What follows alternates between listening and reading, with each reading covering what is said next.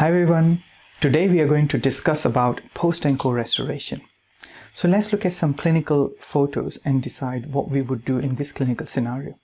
So if a patient comes to you and you remove all the restoration and you're left with this amount of tooth, you can still see some caries left behind. So once we remove caries, you will not see, you will not have any much tooth tissue. So even in these cases, even if you're trying to do post-encore restoration or crown lengthening, in my opinion, the prognosis of the restoration would be very poor. And that's why it feels that, to me, in my opinion, the tooth needs to come out. Compared to this tooth, where you have some supragingival tooth tissue left, although it's quite close to the gum, and there's a lot of destruction, if you can place a rubber dam and if you can do bonding on this tooth, there is a good chance that you may be able to provide patient with onlay and avoid post-encore restoration. Of course, post-encore restoration is another choice. You could do crown lengthening to get that ferrule, get that effect of sort of embracing the restoration. However, if you can bond this and if you do deep margin elevation, as we discussed in previous videos, then you may be able to provide patient with some semi-permanent or medium-term restoration. You can't deny the fact that there is a lot of tooth tissue has been lost, and because of that we need to be realistic as to how long the restoration may last, or at least we need to set a realistic expectation for the patient. Now this case, I hope no one would do post-encore restoration in this tooth, because this tooth can be easily managed without doing any post-encore restoration. In here you could select to do MOD restoration. The problem is that the tooth's been root canal treated and the walls, they are very long, and because of that, if you do MOD restoration and do not provide cuspal coverage, then there is a chance that the buccal or palatal wall can fracture. And because of that, my preferred go-to method would be to provide patient with onlay.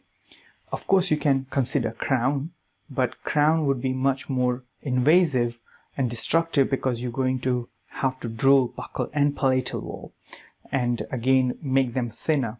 So to keep the tooth longer and increase the longevity of the tooth, onlay would be my preferred choice. If you look at this tooth now, this is a vital tooth. There is no root canal restoration has been done, and we know that the teeth which are vital behaves differently than the teeth which are root canal treated. Now in this case, patient came to me for implant.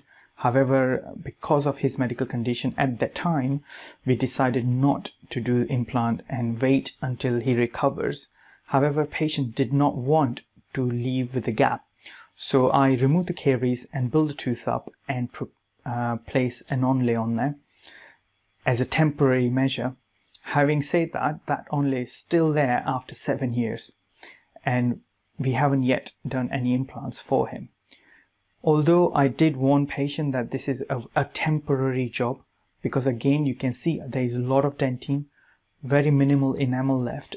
That's why bonding may not be as good as if you have a rim of enamel around the tooth. Having said that, there is still chance to save the tooth. If there is a chance to save the tooth, I always try and keep the tooth as long as possible in patient's mouth. Of course, we need to balance and weigh out the cost versus longevity and what patient would really want, whether the patient wants to go through all the treatment and then accept the failure of the treatment at some point. But I always tell patients that even implants fail and there is nothing which is going to last them for a lifetime. And because of that, we should always try and save the tooth if we can. So this was the treatment modality. However, let's say you are treating a tooth which really needs post-encore restoration. What are the fundamentals you need to keep in mind when you're doing post-encore restoration? So the first thing you need to understand is ferrule. Ferrule is really important to assessing your longevity of post-encore restoration. It's been studied extensively and it's been proven that if you have 2 millimeter or more ferrule, then you get a very good resistance form from your post-encore restoration, and because of that you have longevity which is increased in post-encore restoration. compared to teeth which have got no ferrule. If you do have ovoid canals, and if you manage to capture that shape, then it provides anti-rotation lock, and because of that you may be able to increase the resistance form and longevity of the treatment. The only way, or one of the way to do that, is by doing a direct impression using Duralay and burnout post, and then cast that into gold or some sort of a metal, and then use that post, which is sort of assessing the anatomy or copying the anatomy of the root. The other way to get this anti-rotation is by creating anti-rotation lock. So in the coronal area of the root, you are going to try and prepare triangular section, which gives you a little bit anti-rotation of your post. Having said that, you still need to capture the anti-rotation lock by doing a direct impression such as this. So this is Duralay, using Duralay and burnout post on a typodont tooth. And as you can see here as well, what is ferrule? So ferrule is really an area of the tooth remaining beyond coronally to your margin of the crown. So here there is plenty of ferrule, and if this is the amount of ferrule I have, 360 degree everywhere, then I would be even happy to build the tooth up in composite without doing any post and do adhesive crown which is bonded to the tooth. And I have done this plenty, and the prognosis of these restorations are good without any post. And that's why, in my experience, there are a lot of times we can get away with post and core restoration. So what are the tips when it comes to doing post and core restoration? So first of all, make sure you remove all the caries and then assess the tooth whether that tooth is suitable for post and core restoration.